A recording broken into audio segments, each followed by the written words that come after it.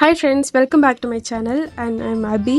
இன்றைக்கி வந்து எனக்கு ரொம்ப நாளுக்கு அப்புறம், இல்லை ரொம்ப இயர்ஸ்ன்னு கூட சொல்லலாம், எனக்கு பிடிச்ச மாதிரி நான் எங்கள் வீட்டில் சாப்பிட்ட மாதிரி இன்றைக்கி நான் சாம்பார் ட்ரை பண்ணியிருக்கேன். ஏன்னா எப்போயாவது ஒரு டைம் தான் இப்படி வைப்பேன். மோஸ்ட்டாக நமக்கு ஆஃப்டர் மேரேஜ் அப்படின்னாலே நம்மளோட ப்ரிஃபரன்ஸு வீட்டில் இருக்கிறவங்களுக்கு ஏற்ற மாதிரி மாறிடும். ஏன்னா இங்கே வந்து எங்கள் மாமனார் மாமியார் 2 பேருக்குமே புளி அதிகமாக எடுக்க மாட்டாங்க. டைஜஷன் இஷ்யூ வரும், நெஞ்செரியும், ஒழுங்காக டைஜஸ்ட் ஆகாது அப்படின்னு சொல்லிட்டு புளி மோஸ்ட்டாக யூஸ் பண்ண மாட்டாங்க. ரொம்ப அளவாக யூஸ் பண்ணுவாங்க. அது வந்து ஹெல்த்தியும் கூட. பட் நமக்கு வந்து எனக்கு மோஸ்ட்டாக சொல்லணுன்னா, எங்கள் வீட்டில் நல்லா புளி காரம் நல்லா சாப்பிட்டுட்டு இங்கே வந்து இப்படி எல்லாத்தையும் கம்மி பண்ணி சாப்பிடும்போது ரொம்ப ஒரு மாதிரி இருந்துச்சு ஸ்டார்டிங் ஸ்டேஜ்லலாம். பட் எப்போயாவது ஒரு டைம் எனக்கு ஏற்ற மாதிரி வைப்பேன். இன்றைக்கி வந்து வீட்டில் மீன் குழம்பு அவங்களுக்கு தனியாக இருந்தனால எங்களுக்கு மட்டும்தான் சாம்பார்னால அவங்களுக்கு வேண்டான்னு சொன்ன ஒரே ஒரு ரீசனால் மட்டும் எக்ஸ்ட்ரா மாங்காய்லாம் போட்டு தக்காளி புளியெல்லாம் ஊற்றி நல்லா எனக்கு பிடிச்ச மாதிரி எங்கள் வீட்டில் வைக்கிற மாதிரி சாம்பார் வச்சுருந்தேன்.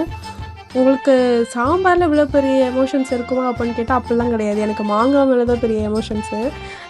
சாம்பாரில் போட்டாலும் சரி, மீன் குழம்பு புளிக்குழம்பு எதில் போட்டாலும் எனக்கு மாங்காய் அவ்வளோ பிடிக்கும்.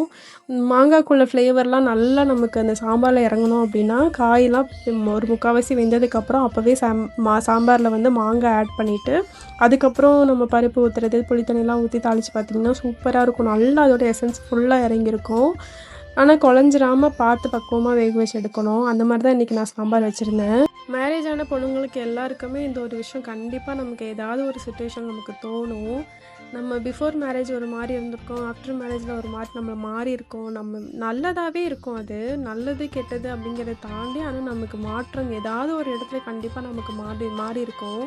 அந்த மாதிரி எனக்கும் நிறைய மாற்றம் இருக்குது. நல்ல வேலையே நிறைய மாற்றம் இருக்குது. இந்த மாதிரியான விஷயம்லாம் உங்களுக்கும் கனெக்ட் ஆகிருந்துச்சுன்னா கண்டிப்பாக என் கூட கமெண்ட்டில் ஷேர் பண்ணிக்கோங்க. அண்ட் இந்த வீடியோ உங்களுக்கு பிடிச்சிருந்தா மறக்காமல் சப்ஸ்கிரைப் பண்ணுங்கள், லைக் பண்ணுங்கள், ஷேர் பண்ணுங்கள் அண்ட் கமெண்ட் பண்ணுங்கள். தேங்க்ஸ் ஃபார் வாட்சிங். பாய்.